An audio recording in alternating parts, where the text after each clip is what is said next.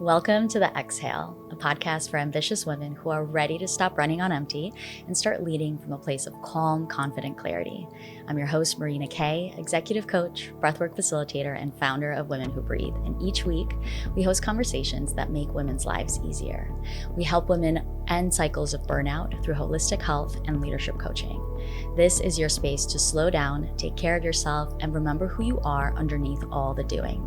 You've been holding it together for everyone else, and you deserve to finally exhale.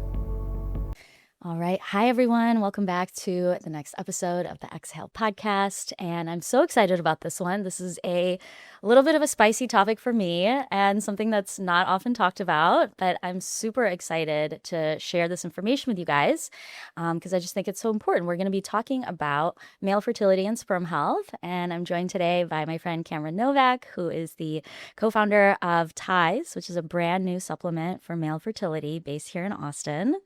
And why don't I just first, Cam, let you kind of introduce yourself and say hello and tell us a little bit about what you're working on. And then I really want to dive into why sperm health is so important and why this has been such an important topic for me and those in the women that I support. Yeah, I mean, would love to talk about this. So happy to be here, Marina. I knew from the moment we met, you were such a ray of sunshine. You were going to have awesome conversations like this. So I'm so happy to sit here and chat about this. You know, a bit of background on me, just to bring the career background together. I started in M&A consulting after school. I believe you're also an ex-consulting girl. So M&A. Yes, M&A consulting too. Yes. This episode should be called From M&A to Sperm Health. Yes, there you go. That's actually, yeah, it's too good. So I was working across different industries. It really was my just lock-in time. I was living in DC on my own.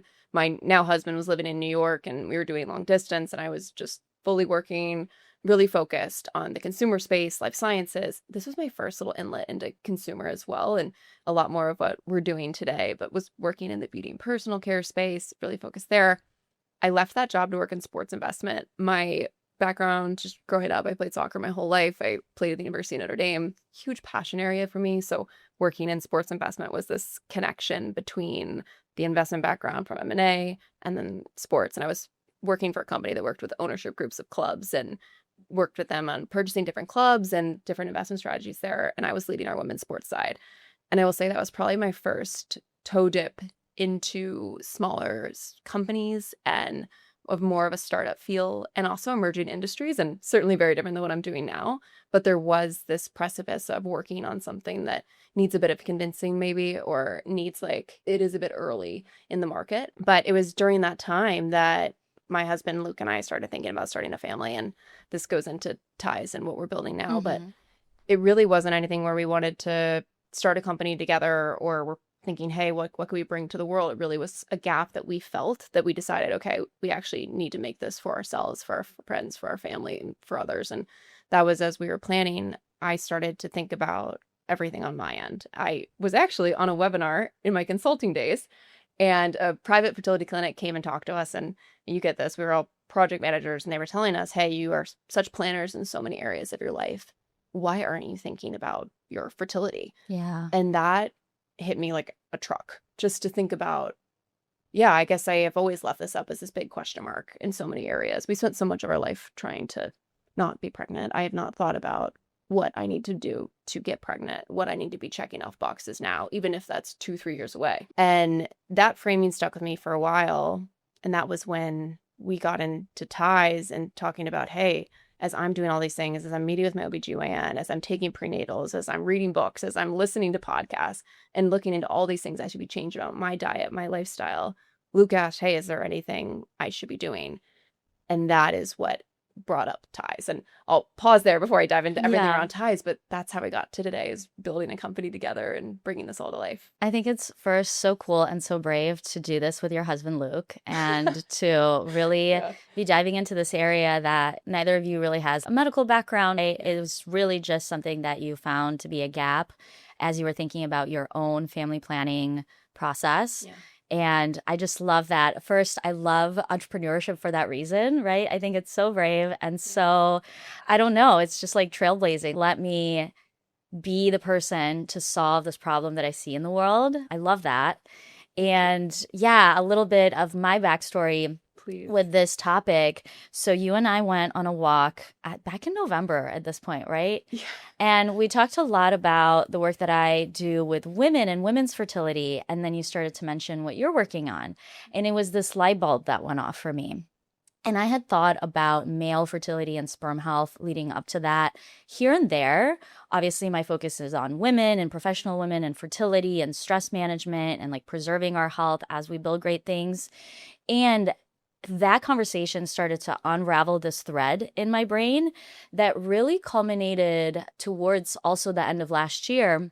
So, part of the work that I've done with women, one of the health coaching offerings that I have is helping women prepare over the course of 3 months for their IVF procedure.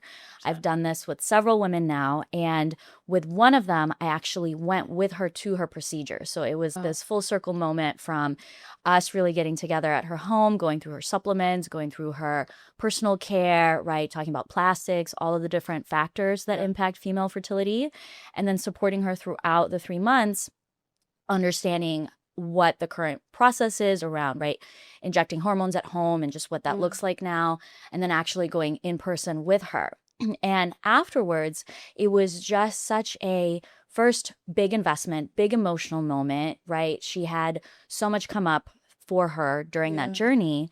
And thankfully, it culminated in a great result. And I'm so proud of her. And she's so brave and amazing. And as an outcome of that, I started to ask around. I posted on social media. I started to ask my friends, others who have gone through IVF so far, and just asking how many of you have thought about the role that sperm health plays in conception, or how many of you have had these conversations with your partner even long before you want to conceive, right? I think for many of us, you and I, who come from consulting and the corporate background, IVF becomes this, I don't know, kind of insurance.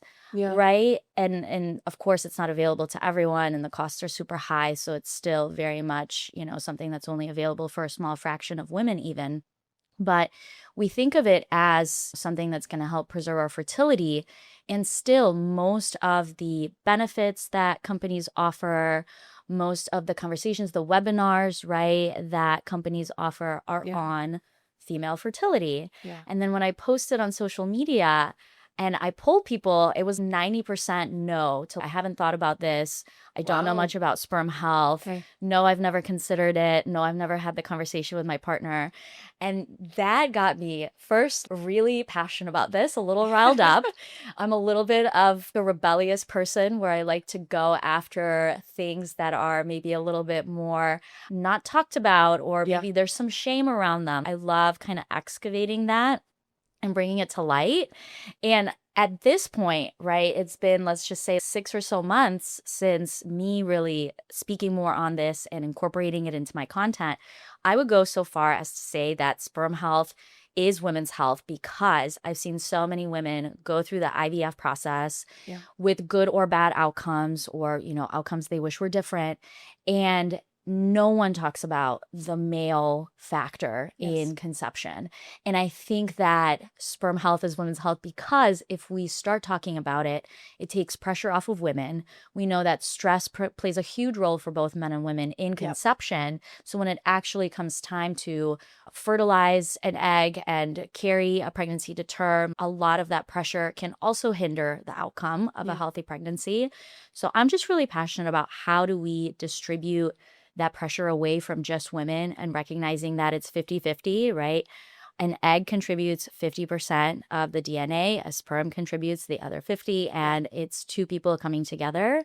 So it really is a no-brainer to start to think about this. So I'd just be curious, how you guys, you and Luke, have been thinking about that, and, anything that's really maybe shocked you or stood out to you as you started to dive into this whole space. I mean, I absolutely love that framing, actually, just to frame it as how much this helps women and how much this conversation helps women. It's something that was a massive unlock for us in the beginning, was this wow moment of, wow, women are doing so much. And to know that so many women don't know about the other half of the equation, that he could also be doing things to help support the pregnancy. And so that was kind of one, was seeing how much this fertility burden, and we talked off camera about language here. I always struggle with this because it's obviously fertility is a wonderful thing. So to call it a fertility burden is challenging, but you did speak to the stress, right, that can be put on women in these different situations. So Yeah. to see that all that is placed on women when half the equation is the man's, and for him to be able to engage in this is also a great thing for him as well, because a lot of men want to be able to do something and they don't even know where they can engage. So that was an unlock for us, was saying, okay, we should open this up. So this is across both partners. But also for me, a huge thing was realizing how much the man's health isn't just about can we get pregnant, but what else goes into that. Looking at miscarriage rates, looking at the health of the future child, the development there. There's so much that great research now that's coming out that's looking at this, about how much the man's health plays a role across all those different areas. So when we were first starting this research into looking into just our own journey, we came across the stat that I think many of us have seen now, but that is half of infertility cases can be contributed to male factors.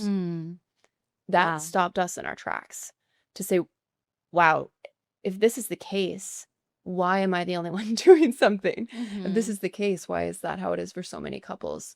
I believe it's even the leading cause of why couples do IVF in Canada was male factors as well. I'd say somewhere. Wow. But for us, we looked also then into sperm health. Since the 1970s, total sperm concentration has dropped over 60%. That's insane. That it is insane. And there's a lot of different factors that go into that, of course. And I think we'll talk about plenty today, just even around our environment, talk about plastics, different things we're putting into our body, the American diet, and so on. But to look at your sperm health versus your great grandfather's, it's quite different. And the reality is we have nutritional gaps, and we can support those preconception now, which is good to know for men. And in many ways that we're doing these things for women, we're aware of a lot of these areas. We're taking prenatals. We're being intentional about our health. So for us, as we just started to see these different factors line up, and knowing also that just 1 in 6 couples are experiencing infertility today, this is a common thing that can help a lot of people if we just start these conversations. And that was when we started to talk about actually making a company here, is when we saw this big gap. And I left my job about a year ago.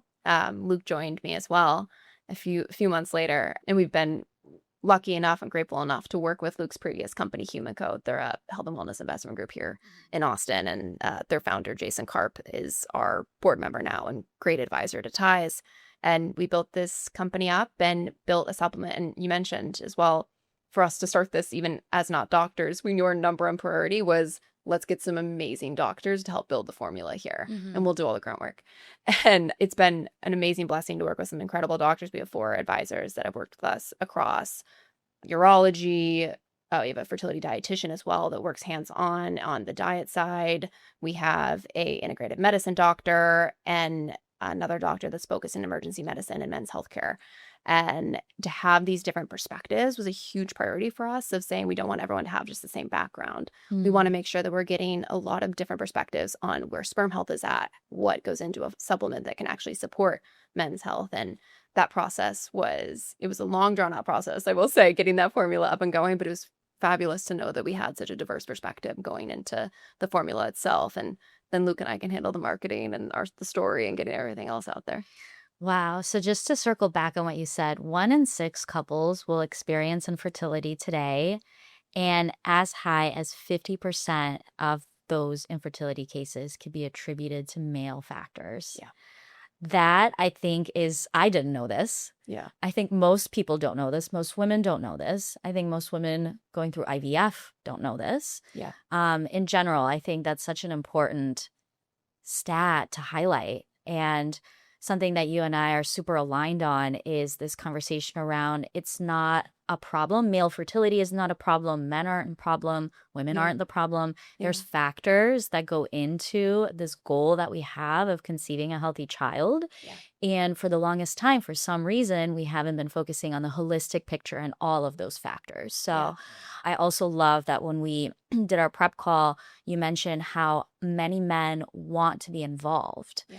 And I have seen this firsthand as well. A lot of amazing partners to my friends and my clients who have gone through the IVF process are there for them, with them in the hospital, with them, right, giving them the shots, all of these amazing, super supportive things. Yeah. And it's just so interesting to me that we haven't involved them directly from the standpoint of their own body and their own health. Yeah. So it's really exciting, everything that's kind of coming up in health and women's health and longevity, especially this year. I think it's just dominating the conversation, which is wonderful. Yeah. I'd love to dive in. You already touched on this, on the ties, the formula, right? How you guys thought about it with your amazing team of advisors, and in general, like what you see being kind of maybe the pillars of good sperm health. Yeah. Yeah, of course.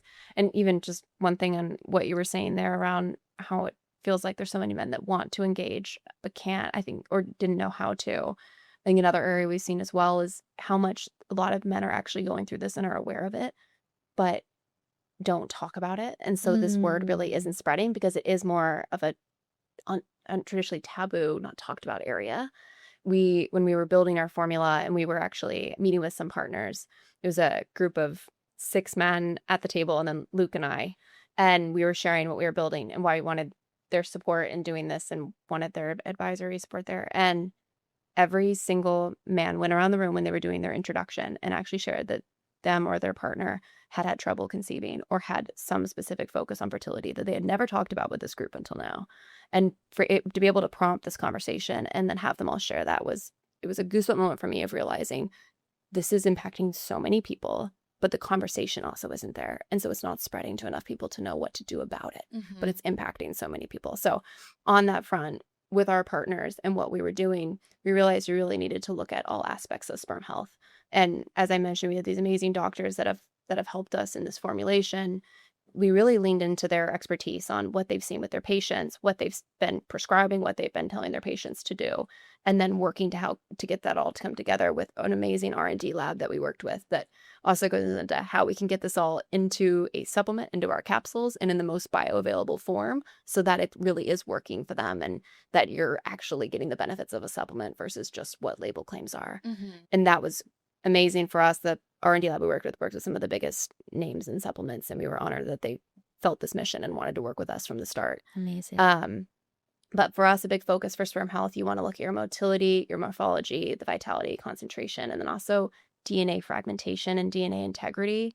As we talk about what goes beyond just can you get pregnant and then miscarriage rates, health, the future child, pregnancy success, all of that, a lot of that looks at DNA fragmentation. So as you think about this time capsule that you're passing down to your future child, for men, that really is everything you're building up to the sperm you're passing down.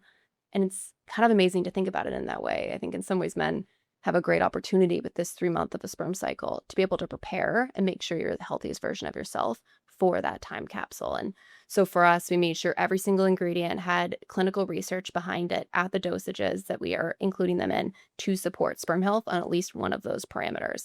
And that was a priority for us, was making sure we're not skimping out on anything. And we've been coining this phrase, built the hard way on purpose.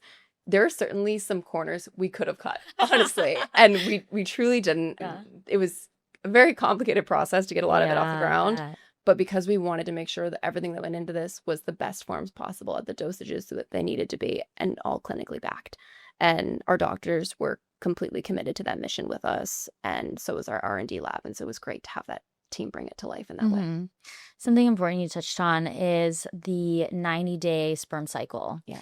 And something I think a lot of people don't realize is that in both men and women, there's meaningful things that we can do to improve the outcome of conception from even just that DNA standpoint of how healthy is the egg and how healthy is the sperm. Yeah. And it's similar for women. With my women that I've coached before, I give them the same window of a minimum 90 days because that's how long it takes the follicle to develop. So the ovulation that will take place this month for a woman actually starts with the follicle that's beginning to grow 3 months prior. And so whatever changes you're implementing with your nutrition or your lifestyle, you always want to see those through for about 3 months. So I always tell women, right, whatever supplements you're trying, acupuncture, right, sauna, whatever you're doing to detox the body, you really want to commit to it for 90 days. And it's awesome that it's actually the same for men. And it almost becomes like this accountability opportunity or like a fun challenge opportunity for couples to take on together. Yeah. So can you share a little bit about the sperm life cycle? You have this great diagram on your website on the, day 0 to 20 and onwards, and how the sperm develops. And I love your guys' slogan, built to be passed down, because whatever your sperm and egg quality is today is the foundation of your child's DNA. So that's so important. Yeah. Yeah. I mean, I think you mentioned it is kind of a accountability opportunity as well with your partner. I think I've seen a lot of people start to talk about them prepping with their partner in their preconception window. I love it. I love it. Love it, right? And doing a lot of things together, whether that's working out, cutting plastics, reducing alcohol, reducing cannabis, a lot of those different areas. We can talk about those too. But the entire premise is that you do have this window where you're constantly making sperm, but it's a 90-day cycle fully for a full sperm support there. And so for us, as we're looking at this, we're saying, okay, if we can engage men during these 3 months, then we can truly make an impact on the sperm health and what's getting passed down. And it is like your sperm boot camp during that time as you look at it. And it's been amazing actually just to look at some of the research and how there's significant differences over 3 months when some of the interventions are made. A great one that we can talk about now too is we just saw Netflix release the Plastic Detox, where they looked at the sperm health of men, and they did 3 months of an intervention of reducing plastics from the home as much as they could and reducing plastics from your everyday lifestyle. And it was amazing to see. I believe 3 of the 5 couples were able to conceive during that time, or at least after the intervention, which is amazing. And the sperm health of the man made dramatic differences. And so for us, as we're thinking about this, there's so many interventions you can do during that time that are across that sperm cycle that can truly make an impact. And then you get to go again, right? Every single day you're making more sperm. So the more you're consistent with these changes, the better you get. Yeah, I love that. And I think it's really encouraging, because a lot of times when couples run into an infertility issue or a diagnosis, right, it comes with so much of that added stress, so much of the shame, like you said, right, in this focus group, let's say, that you did with men. Men don't talk about this. Women also don't talk about it. I think in the women's space, miscarriage is such a challenging topic for so many. It has been for so long, when in reality, and it's of course a super brave choice for each individual to talk about the issues that they experience, but the reality is that when we share what we're going through with ourselves or with our partner, it opens up that conversation, and we're ultimately improving those outcomes for everyone, ideally. And I think it's so important to note that if you are experiencing any challenges with your fertility as a man or a woman, it's not like we elect those things, right? They just kind of develop, they happen. The lack of education, lack of resources, lack of conversations is a contributing factor. So I want to say it's not necessarily our fault, right? It's just something that we haven't been educated on, as is the case with so many areas of health, which is what I'm hoping to close a small gap in with things like this podcast.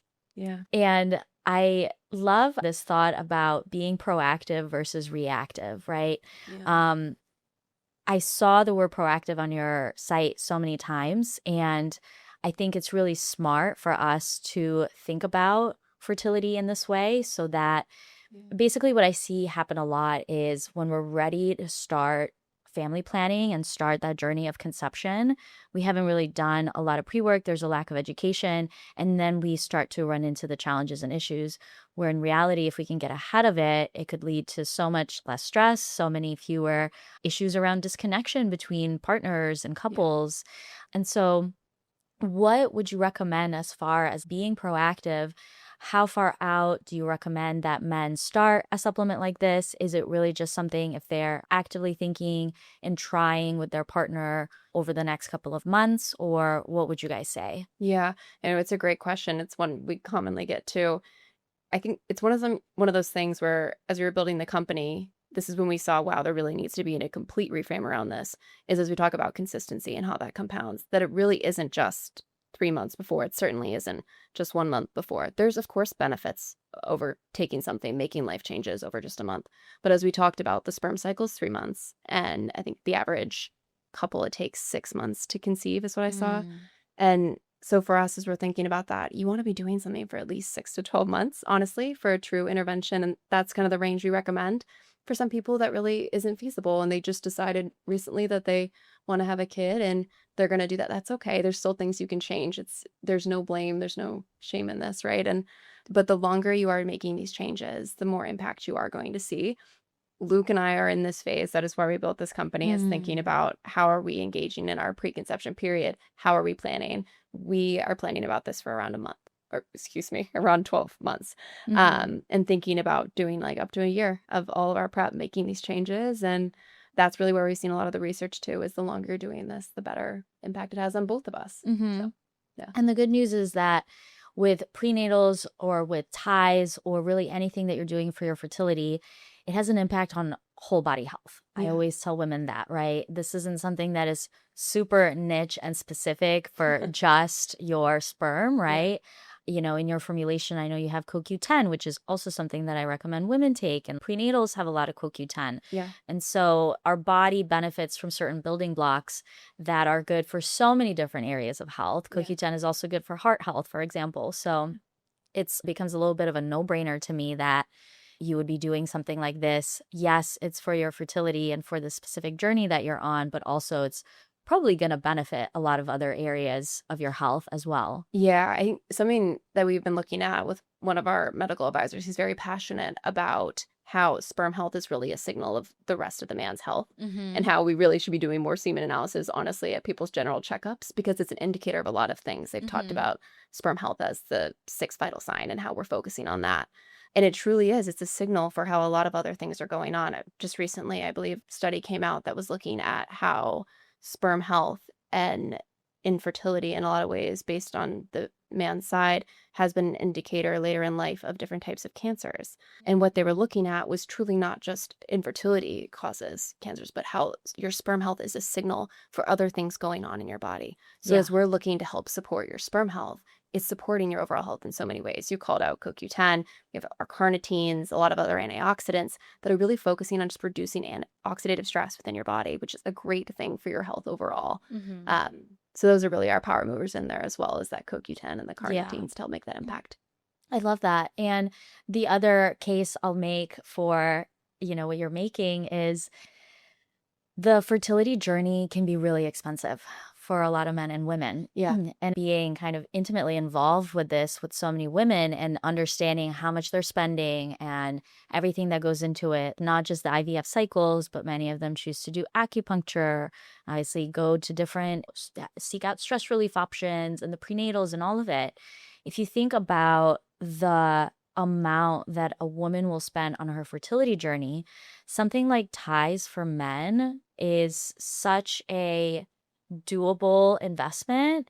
And I almost think about it as a way that if you are going through IVF or fertility and you're investing in it as a woman, it's a way to protect that investment to also take care of the male guy. I'm really pragmatic with these things. You know what I mean? It's like, protect your investment. Exactly. Protect your investment. I love it. Yeah, I mean, it certainly is something we looked at as well. And an area we feel passionate about is you look at how much couples are spending on IVF. I think the average is $25,000, and they're doing 2 to 3 cycles at times. That is a significant investment, and that pulls at the heartstrings too, because that's truly, people are doing whatever they can to start a family. And of course, we should be thinking about sperm health in that when you're putting so much towards IVF, when you're putting so much towards your own fertility and your own health. Of course, we should be looking at the man's side with all those stats that we talked about today, being percent of the equation. So yes, at $60 a month, it very much worth the investment, I would say. And I thank you for that pitch. Happy to help. $60 a month. Get your Ties subscription for Not your sponsored, man. Yeah. So funny. When it comes to focus, most women don't need more stimulation. We need a brain that can actually keep up with the demands of the day. This is why I'm so excited to share that the first season of the Exhale podcast is sponsored by Wisby Genius Strips. They support focus, clarity, and mental speed, helping you stay consistent and sharp throughout the day. What I love most is that they're caffeine-free, which matters, especially for women, because we know that women's bodies and our hormonal ecosystem are much more sensitive sensitive to stress and to overstimulation from caffeine. Genius strips are built with clinically studied ingredients at effective doses. They're ultra thin, fast release strips that you can take anywhere, and you don't even need water. They just melt in your mouth and start to work within 30 minutes to deliver the focus that you need. Designed by a neuroscientist and built for daily use, most people start with a 30-day supply. And right now you can get 15% off with the code EXHALE15 at checkout at wizbe.com. That's WIZBE.com. We talked about sperm quality testing. And this is also something that I've actually, funny enough, maybe this journey with sperm health has been going on for me much longer than the past 6 months. Sure. But I've recommended to a number of past partners that, as I get my blood work done and test my AMH levels, which is one of the primary ways that we can gauge ovarian reserve in women, that's becoming more and more talked about. Thankfully, more blood panels cover it. I have Function Health that's included, and a lot of different, doctors for women's health will now cover and order an AMH test, especially for women in their 30s. The male counterpart to that, in my opinion, is getting your sperm tested. Yeah. And God forbid something's wrong, right? I think a lot of men maybe don't experience any issues with this and are really healthy, but you really don't know unless you test. It's not like the amount of sperm or just by looking at it, you're going to be able to tell the quality and, how likely it is to lead to conception. Yeah. So I was curious about if that's something that you've recommended others, and it could even be kind of interesting, right, to test your sperm and then go on a protocol and then test your sperm again, for those who have the means to do that, as a way to notice how your body does change and adapt to the inputs that you're doing, to the healthy interventions that you're putting in place. Yeah. So you've always just been ahead of the curve with all this stuff. It's crazy. Listen, I never thought, just like you, I'm sure, going from M&A to sperm health, did not think that this would be my message to the world. Hey, I love it. I love it. We always recommend doing a semen analysis.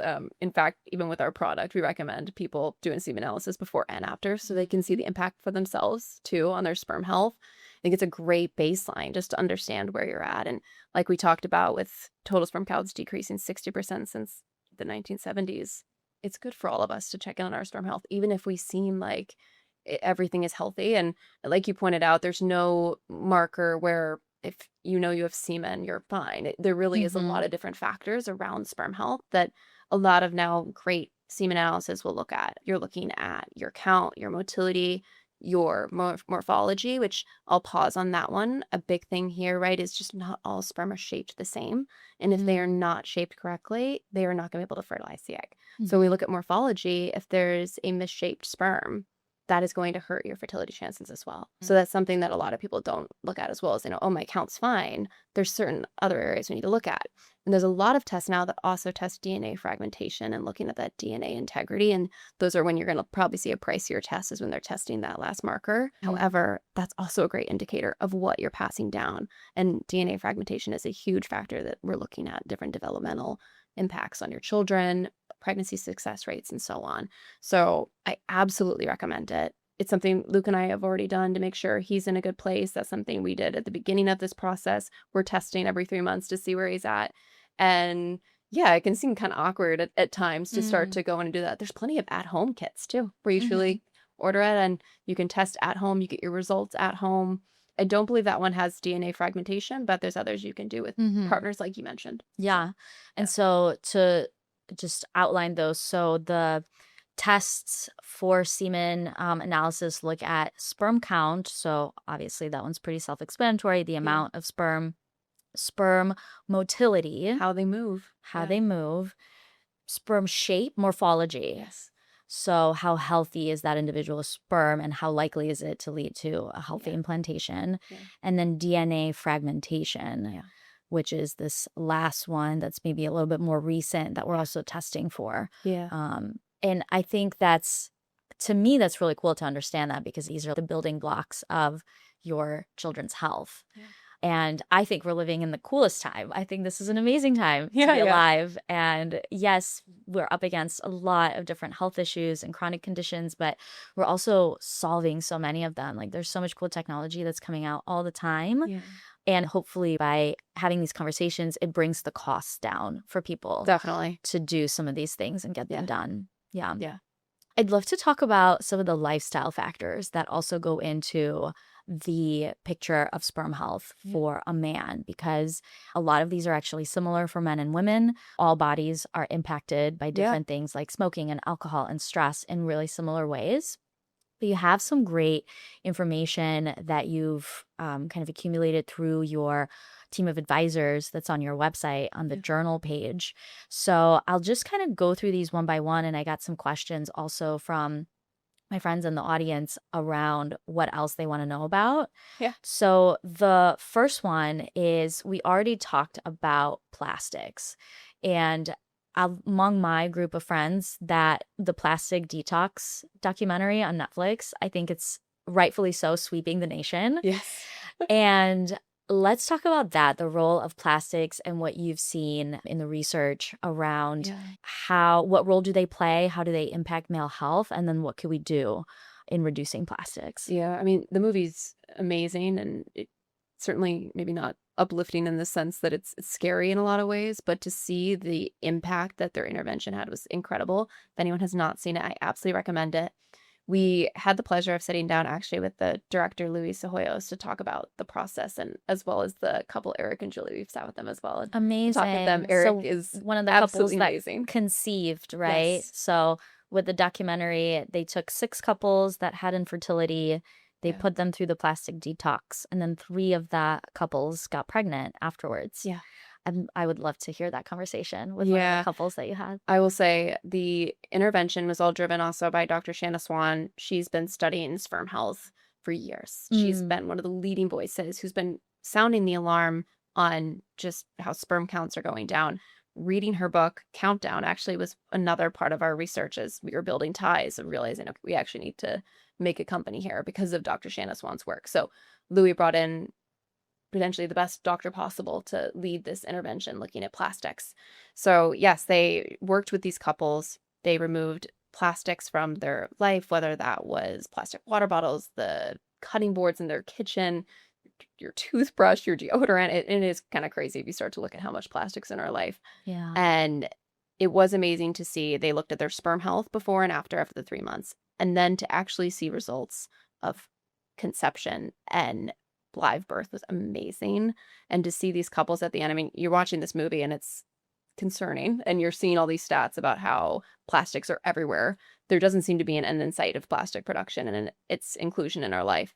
And then you get to the end and you see that this intervention worked for these couples who have been trying on average for 2 years Wow. without being able to conceive. And to see 3 babies being born, I mean, I had tears rolling down my face because I didn't know how it was going to end when we started it. We obviously knew what had gone into this. We knew that removing plastics was going to be beneficial, but to see that was amazing. And so when we talked with Louis and we talked with Eric and Julie, we really honed in on what is it about plastics. And the big factor here is the endocrine disruption that comes from these plastics and how they're getting into our bodies. And there's been plenty of studies done too where they do a semen analysis and they look at plastics in our semen and microplastics there. And they think they did a study over 32 different men, and 100% of the men had plastics in their semen.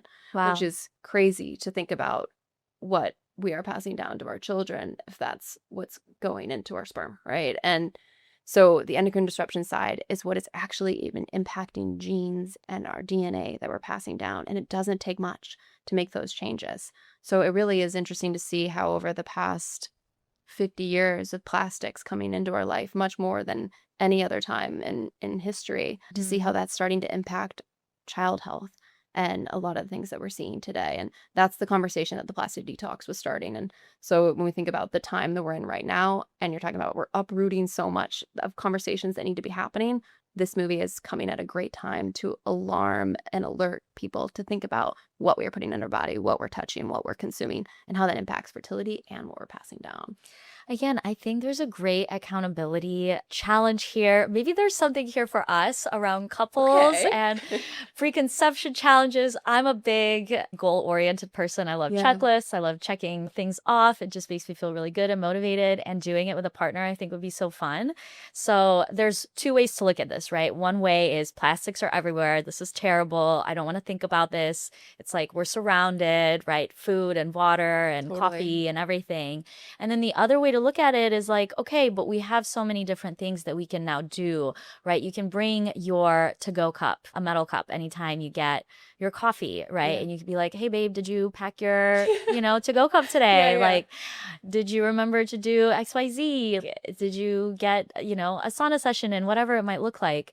I think there's a fun way to make this something that isn't this huge chore of detoxing the body. Totally. Fragrances, all of these different household You know goods. it. Yeah. Yeah, I've been huge on clean skincare and home care for a long time. That's great. But yeah, it really is something that is kind of everywhere at this point. And I even think that umbilical cord blood has been tested, Yes. and we know that plastics are very much passed down, even to the fetus from the Yeah. mom. So, but again, seeing the outcomes of this documentary, I think, are so encouraging that Yes. even in just such a short time frame as 3 months, I always come back to the body is so resilient. The body is wanting to heal. It's wanting to get rid of anything that isn't supportive. We want to rebuild health from the inside out. So anytime we give our body a chance to do that, it does come back online like pretty efficiently Yeah. for a lot of people. So Yeah. I love that. It really was this reframe at the end from, oh my gosh, this is overwhelming. This is everywhere, to there really is hope with this too. And I think a big thing that Louis, and I loved how he put this in a lot of his documentaries, he creates a lot of eco thrillers. So they're named, which is looking at how our environment is impacting us in a lot of different ways. And he always said it was better to light one candle than to curse the darkness. wow. And I love that framing of looking at, okay, even if I cannot cut all the plastics out of my life, you can make some changes, and those changes do have an impact. And I think with a lot of these lifestyle factors, it can be overwhelming to look at everything that is impacting our fertility today. And that's just adds stress. And I always want to be cautious of this, of even in our own messaging of how we talk about all the things to change. It is also a privilege to be able to change these things. It's exciting. You're preparing for your family. You're making these efforts. It's together. You're doing partnership in this. But even small changes can be helpful. And you don't need to uproot everything if that isn't feasible at this moment. And I always think that's a calming sense to this beyond like you're touching on. It can be a lot. So 100%. Yeah. Yeah, that's exactly what I'm interested in is how do we change the conversation from we're doomed to actually there's a ton of things that we can do yes. and we live in a really great time. Yes.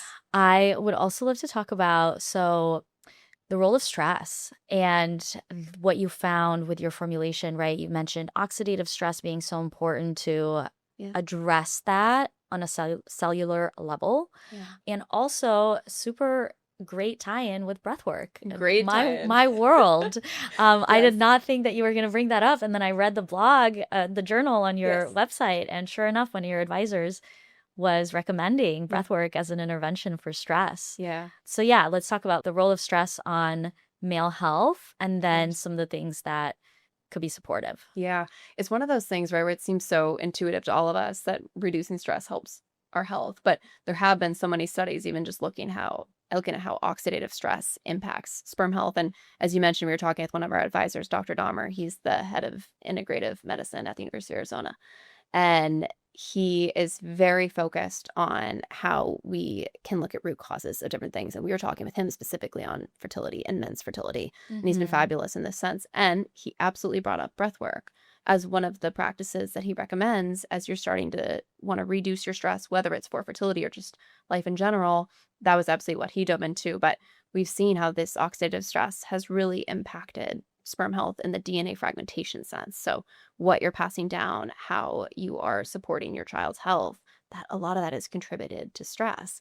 And like you said, how do we reframe that from an added stress to know this, I'm stressed and it's impacted everything. Yeah.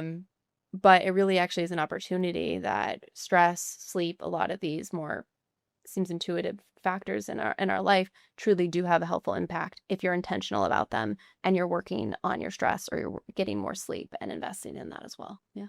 Yeah, for the longest time, have talked about the impact of cortisol, which is obviously the stress hormone, on Yeah. women's health. And I've intuitively felt this in my body. I don't know if you did during your kind of professional corporate years, but I know that when I'm stressed, first, I'm going to have a tougher cycle that month. I'm going to have way more symptoms. Yeah. And quite literally, like I would be in boardrooms presenting to an executive team, and I would feel the engagement of both my adrenals kind of in the back of the body and also my ovaries in the front of the body.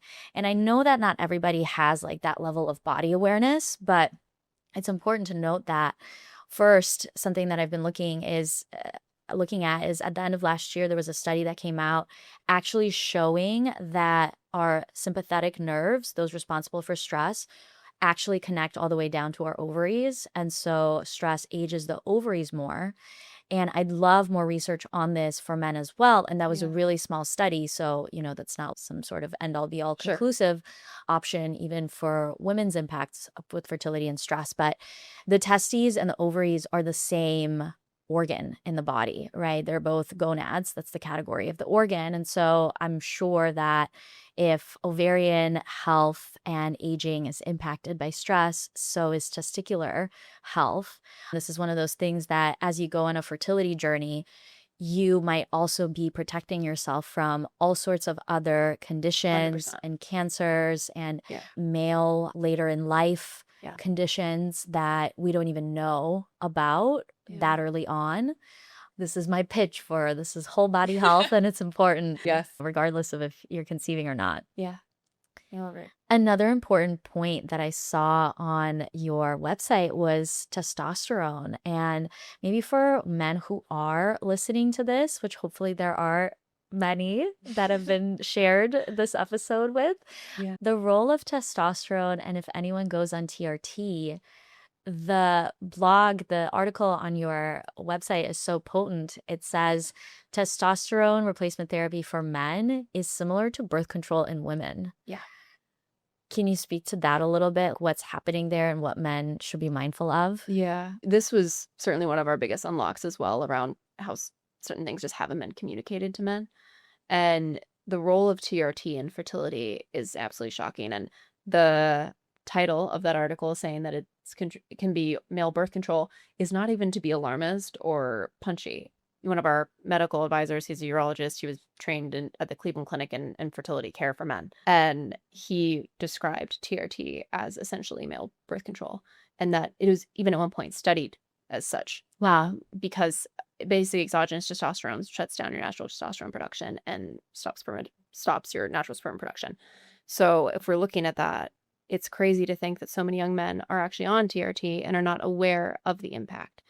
TRT has amazing benefits for men across all ages, and there's certainly great aspects to this. But in regards to fertility, it will stop your natural sperm production. And to think that people aren't aware of this is frustrating. And so we certainly have wanted to get the word out around this, that if you're looking to conceive, you should get off TRT. And it isn't immediately a flip or a little switch you can go on there. It takes a while for your body to get back into its normal production. So it takes 6 to 12 months. And there's certain things you can do as well, working with your doctor to help speed that up. But this is a very intentional journey you're then going on to help speed up that journey. Mhm. So for us, we certainly just want all young men to know that if you're thinking about conceiving in the next few years, there's no need to do TRT right now. Yeah. It's so important and to know that. And, both you and I talked about this, like we were both on hormonal birth control for Yeah. a large portion of our life. I was on it from 14 to 22. And, now we're learning so much more about the role that it plays. And it's not about making anyone who chooses to be on TRT or on birth control or takes any exogenous hormones wrong. That's course not what not, it's yeah. about. It's just about understanding the whole picture, because for sure, when I went on birth control, I was not taught or told anything about what would happen downstream and the fact that we're really just masking the symptoms. Yeah. And I think even with TRT, it's such a better strategy to find ways to boost your testosterone naturally, which do exist. Lifestyle, nutrition, quality sleep, exercise in men goes a really long way Yeah. in boosting testosterone naturally Yes. before we reach for something like that hormonal replacement. Yeah. And something like supplementation with these building blocks, the vitamins, the minerals that your body needs, is just so much safer, in my opinion. It's such a better bet to actually allow your body to build up what it needs naturally, as opposed to shutting down that natural production of testosterone because you're taking it exogenously. Yeah, I'm a big advocate, of course, of pushing for your own natural production and looking at how supplementation, lifestyle, all those things you mapped out support in those areas. Yeah. Yeah. And then maybe just rapidly we could talk about what other things that even you and Luke are doing now as you're on this journey yourselves, right? Any other small, maybe low-hanging fruit that goes into this like 90-day or longer window of time that a man can, do and engage in to improve sperm quality. So a few questions that I got were around alcohol, smoking. I think we're smoking less, but vaping is on the rise. And then also the use of cannabis, and then just anything else that you guys have looked at or that you're actually trying yourself. Yeah, I mean, there is plenty. I saw this funny picture on Instagram. My algorithm is completely fertility now, I'm sure. I can't imagine yours. And it was side by side of everything a woman is doing. And for a man, it was said, just don't go in hot tubs. And there actually is some truth to the one thing that they did pull out for men, which is heat. It can actually be a very big impact on fertility for men as well. So hot tubs and saunas, not spending extended time. The joke of putting the ice pack over that area for men in the sauna, actually, there is some science behind that. Yeah. Basically, just your testicles are outside your body. They're more susceptible to heat. You want to make sure you keep them at a lower temperature. So long hot tubs can go. Cannabis is a really important one right now to be talking about because there's been some great studies that have come out. Duke University just released a study looking at the role of cannabis and increasing miscarriage rates, even when the female partner had not been having any cannabis. So truly contributed on the male side. So a huge study there. I'll send it to you so we can link it. But very important to look at the role of cannabis. And honestly, the recommendation is to completely cut it, not just to reduce. Alcohol, similar vein, is reducing alcohol, cutting alcohol where possible as well for men. And that is something Luke and I are now doing as well. And we touched on plastics. We talk about fitness and getting a good exercise and movement and the benefit there. That's something we're trying to be intentional about as well. And funny enough, while we're starting a company, it is challenging sometimes to get all these different aspects in there, but they are super important for fertility and on his side. And so, I would say, as well as we mentioned nicotine, Zins, vapes. Those are some really interesting ones. We actually talked with our fertility dietitian about Zins specifically, just because there's been a huge rise, obviously, in nicotine pouches, and the impact is very interesting there. But the recommendation is to completely avoid, just because of the impact that can have on sperm and your DNA integrity as well. Yeah, I haven't considered that one, nicotine specifically, like as its own kind of compound and the role it plays. And I don't want to gloss over something important that you said, that in cannabis users, there's higher miscarriage rates. And to me, what comes up is there's so many different thresholds in fertility that we kind of move through, right? First, it's contributing a healthy egg and a healthy sperm. Then it's conception. Then it's implantation. Then it's the growth of the fetus, carrying the baby to term. And it sounds like even if you've been able to conceive, there's a potential for miscarriage now because of the DNA that got passed down from someone who's a cannabis user. So that, to me, I definitely want to see that study and kind of like double click on that.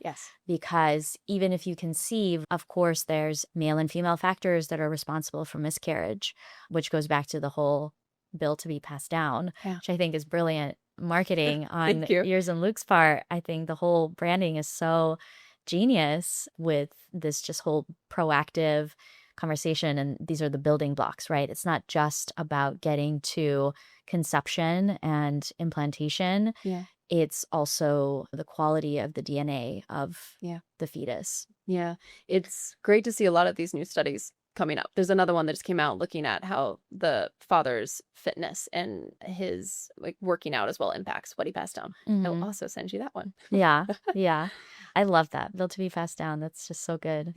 Towards the end here, I just wanted to ask you a few questions, and then anything else that you want to touch on before we wrap up. I super welcome anything that you feel like we left out or forgot, or any other important thoughts. But I'm just curious, how has it been kind of building this with your husband? That's just like a curiosity that I had, right? Like crossing that threshold as a couple. You've been together, you've been married, and now you're pouring your energy into this joint company together? Yeah. No, it's a funny question. We've gotten it from a few people. Yeah.